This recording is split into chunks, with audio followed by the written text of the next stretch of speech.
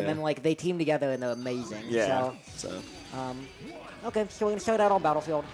Oh, hand warmer. Yeah, maybe not. Yeah. By the way, that was the funniest thing. I was dying when. Did you see when Bob asked me for a hand warmer? No. He asked me for a hand warmer. That wasn't my idea. That was him. And we go to Battlefield, and he just starts down smashing. That's when I was like, okay, this is over. Like. Bob's so mean. Cause I'm sure everyone watching that was like, oh, Saber wanted a hand warmer, he's screwing around. Yeah. Bob asked me for a hand warmer. So DM. Freaking Bob. I'm traumatized. I don't blame you. I'm gonna yell at him later.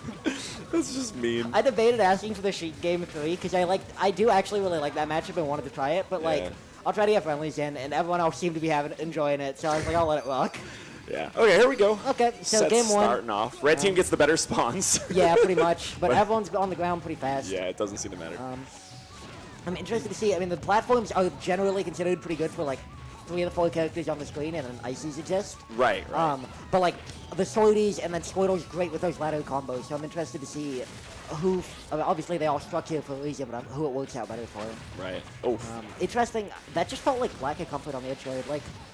It didn't look like he trusted Rongunshu to cover them going on stage.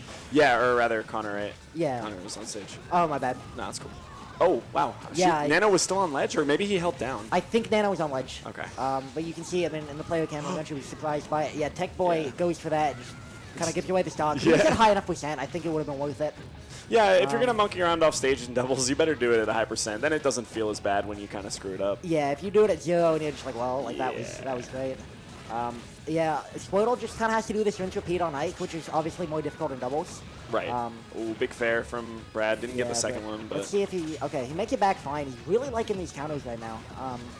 Yeah, definitely, I mean, it's a solid move in doubles. It's There's amazing so many in doubles, things going on, Yeah. and Ike's, unlike Marth's, it does, I mean, and also, it's the same as Roy's, where, like, it gets stronger the stronger the move you're being hit with. Right. And in doubles, you get so many strong moves going around, especially from Ices, who, when they're hitting you twice, yes, like, counters get so strong so fast. Yeah.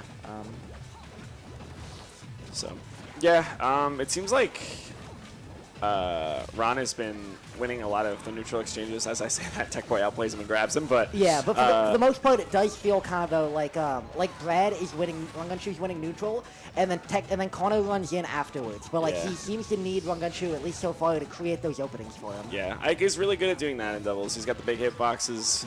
He either takes space or whacks someone in the head, or both at the same time. Yeah, oh, that... Nice F smash on Yeah, I like that. I couldn't tell if that F smash was going to work or not, but it was really smart. Yeah, that was a good idea. Just get her out. Because, honestly, there's a strat against Ices where you just ignore Popo. Oh, yeah, no, I did that. I played Techboy in losers, and, like, I tried that for a game, and, like, it went relatively well. It's not bad. Yeah. It really isn't. Because, like, he can't... I mean, it's obviously less effective against Techboy, because Techboy's Sopo is notoriously, like, miles beyond everyone else's. Yeah, very good Sopo player. But it did notably make him less effective than, like, you know, when we just kill him and then he's back with both climbers and now we're getting handoff. Right, exactly. Yeah, Sopo, no matter how good the player, is just less threatening than 2 ICs. Yeah, absolutely. And I think if you're winning against Dirt in general, then it's totally correct to just let Popo exist. Yeah, unfortunately, yeah. Dirtboy is also, I mean, I'm sure they've had that strategy tried against him a lot. Dirtboy is very good at being 2v1. Yes. He's just very good at, like, kind of getting out of the way. Ooh, great tech from there. Yeah, that was sick. But, yeah, Brad pulling his edge guard together. No follow-up from Connor. Dirtboy just goes down. Yeah, he held down. Yeah. Unlucky. One time, it's not a good idea in PM. Yeah, right? Every other time, it's like, well, like, that's what I'm supposed to do. Yeah. Usually the best option. Yeah, okay, that's not it. Dirtboy messes up the edge gets a weak hit of Nair, which sends Rongunshu back close enough to stage so he can up B. Yeah, gets the forward throw forward air though, and this is just all tied up with a slight advantage to blue. Actually, with like Nana dead. Nana dead, yeah, and like pretty much even on percent, so I'd say definitely advantage red right now. Yeah. Given especially that the lower percent character on blue is Techboy, which means only Sopo. Right. So if it comes down to a 2v1, that's like the least ideal situation for them. Yeah, Popo versus 2 characters is a nightmarish situation. The tables turn. Yeah. You can see how he likes it. Yeah, exactly. Oh, that's big though. That's a dead Connor. Yep, that's gonna be a dead Connor. So let's see if Rongunshu. No, that is dead. That's dead. Yeah. Yeah. Wow. Okay, so blue team gonna close out game 1. Overall, relatively close. Like it. Yeah. That was definitely back and gaping forth. holes in like what they were getting opened up for, which kind of blue team edged them out in a couple key moments, and then the edge guards on Rongunshu especially were really critical there. Dirtboy did a great job with that. Yeah, they really cleaned it up there. That was a good job. Even with the Popo Tech just holding his own, and Dirt definitely putting in the work he needed to make that work at the end there. One of the things I noticed by the end of the game that Techboy is doing is like he's really good at well, him and Dirtboy, like their strategy changes once Nana dies, because it becomes Popo's gonna put out hitboxes and they're gonna move, and then Dirtboy is gonna like catch up on that. So instead of like forcing them into Techboy the way they want to in those dual climbers and they can like murder you off a grab, now he's pushing them towards Dirtboy, which is a really good adaptation from them as the matchup, like as the match changes depending on who's there and who's not. For sure. Yeah, it's also easier for Dirt to play around one climber rather than two, right? If you're like teaming with an Ice Climbers player, it's so hard. You just have one more person that you just can't hit, or it's really bad. Like if you're hitting Nana, it's just as bad, right? Yeah, exactly. And it's it's another thing that you need to watch out for on the screen is like you think you dodge their attack and then Ices are out for twice as long. Yeah. That was some terrible DI on that down throw. Huge water gun double back there from Rongunshu's dead. Yep. Held in on that down throw, and that's the punishment you take as Ike. Yeah. So quick early lead for blue team. I don't know why I said quick and early, but whatever. He's driving the point home. He might be dead again. He's dead again. He is dead again. Rongunshu really, he got a couple good kills off stage at the beginning of game one, but like he really needs to watch it off stage. Yeah. And I know Connor, like Roy obviously is not great off stage either, so they probably feel like someone has to fill that role, but right now they would be better off just staying on stage and playing the advantage. Yeah, I think two sorties are good at holding center. I think you don't need to commit to what. Oh my God, Brad almost He dying almost early died again. I thought he did die. He might even here. He did. did. Yeah, oh my Rongunshu goodness. at 1 before anyone on blue team. Never mind. All right, they both died, but this is they both huge died, deficit. but this is a huge deficit entirely because Rongunshu's been getting gimped. Yeah, he otherwise needs this would be to like dead even. Pretty play much. center. Yeah. Nice, Nana very Bolt smart. Gonna take it. Super smart up B by Tech. Yeah, great call out there. So many people in doubles are like pay less attention to their double jump habits because there are just so many people on the screen that they're getting away from. Yeah. You can make those call outs and also be covered by your teammate much more safely on the way down. For sure. Brad SDing his last I stock. think Brad might be. Yeah, Holy this moly, game that was is bad. Done. Oh my. Yeah. That was a 6 stock. Yeah, and it was like. And I mean, Brad lost 5 of them. Yeah, that was so bad from Brad. Okay, I like the character switch. Yeah, I wouldn't be surprised to see the Lucario. He went for Marth. Oh, did he? Okay. Which is, like, Marth Roy can kind of work. Marth can dare people. Roy can kind of clean up kills, but they will probably face a problem where sometimes the other characters are just not dying. Yeah, and especially with 2 very slippery characters, I feel like they both have to play the same zoning game at a small stage with 2 characters that are 2 to 3 characters that are sometimes like all over the place. Yeah. So we'll see how they maneuver around each other. Yeah, this is going to be hard. I think he's just going to Marth because it's a better comfort pick for him, and I can agree with that. Yeah. Like, you should play who you're best at a lot of the times. It just kind of works out better. Good recognition for him to switch off after a rough game, I think. Yeah, I think had he stayed Mario, that definitely was not going to get better. Yeah.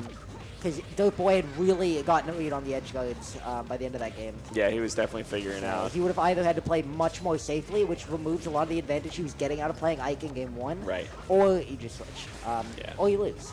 So. Yeah, nice recovery coming out from the Marth. Yeah, and like I'm sure his Marth recovery is just better, right? Just because he's played the character for much longer. No, I mean, you can see, like, the side B stalls already are helping him because, like, with Ike, if you want to stall, you need to commit for so long. Like, you pretty much have to pick an option and, like, hope that you do it at a timing they're not ready for. Right. Marth has a not great stall, but it's still a stall. Yeah, any time you can buy for your teammate to go disrupt is good. Absolutely, yeah. Yeah. And this is actually fairly even. Yeah, this is much better. Depending on how stocks go, they could definitely take a 1 stock lead here. Yeah. And I like the Metal Cavern pick. Forcing people, knowing that they have the disjoints, and just forcing the opponents to come at them on like 1 horizontal plane. Definitely works out well a lot of the time with disjoints. Yeah, for sure. Okay, Dirt cleaning up Connor over there. Takes it out. Yeah. And right now, I mean, this is part of the problem is they got to find a way to kill him. Yeah, look at the percents, right? Like yeah, and now Brad's 135. he's still getting the grabs he was getting the first 2 games, but he doesn't have a F throw fair anymore. He doesn't have an easy kill confirm. Yeah. So they either need to team combo them, or Konu needs, or probably Konu. One of them needs to be getting a lot of straight hits. Yeah. Meanwhile, Marth dying at 114 to down tilt up or call attack up smash. It's Yeah. like when Squirtle's living at 199, are you winning that game? Probably not. No, definitely not. And I mean, Dirtboy just drops to his first stock, as Konu's probably about to lose his third pretty soon. Yeah. Already off stage, so. So, yeah, this is looking really rough for Red. They got to pull it out because this is the last game they have in bracket. Yeah, exactly. This is losers, so if they drop this game, they're out at 7th place at Blacklisted, which is rough, but also still a solid placing for these guys, especially if they haven't teamed before. Yeah, I mean, they live in different regions, so, like, they obviously haven't played much together. Yeah, I know they're, like, in that group chat, whatever, I think Chad Quote is the name. Whatever, Okay. it's the one Moto runs, I know. Right. But, like, that's about it. I don't know if Yeah. that means they actually, like, net play or anything together, play Right, doubles, right. so. Yeah. But Brad kind of cleaning up some stocks on the side, it looks like. Yeah, there we go. He finally gets one on Techboy. So Techboy's down to his last, and stocks are tied right now. Yeah, they started playing better just out of nowhere real quick, but this... Yeah, but no, Konu makes it back, yeah. Yeah, nice recovery. But they need to kill Dirtboy fast or Gimp Techboy. Yeah. And these characters can Gimp Ices, but it's difficult, especially in doubles. That's and it for Connor Konu. is dead, and this is all up to Brad. It's doable. It's doable, but...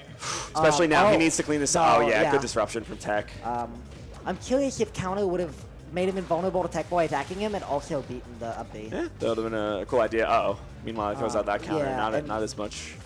Yeah, he's doing a great job not getting grabbed, but that's... Dirt saved him! Yeah, I mean... Okay. Okay, blue team both make it back. That's huge. Yeah, if one of them died there, that could have been game swinging, but good job by That side Tech. B was like... that neutral B was like genius from Brad, but it doesn't really work in a 2v1. Yeah. So, Dirtboy, Techboy gonna take it 3-0. Yeah.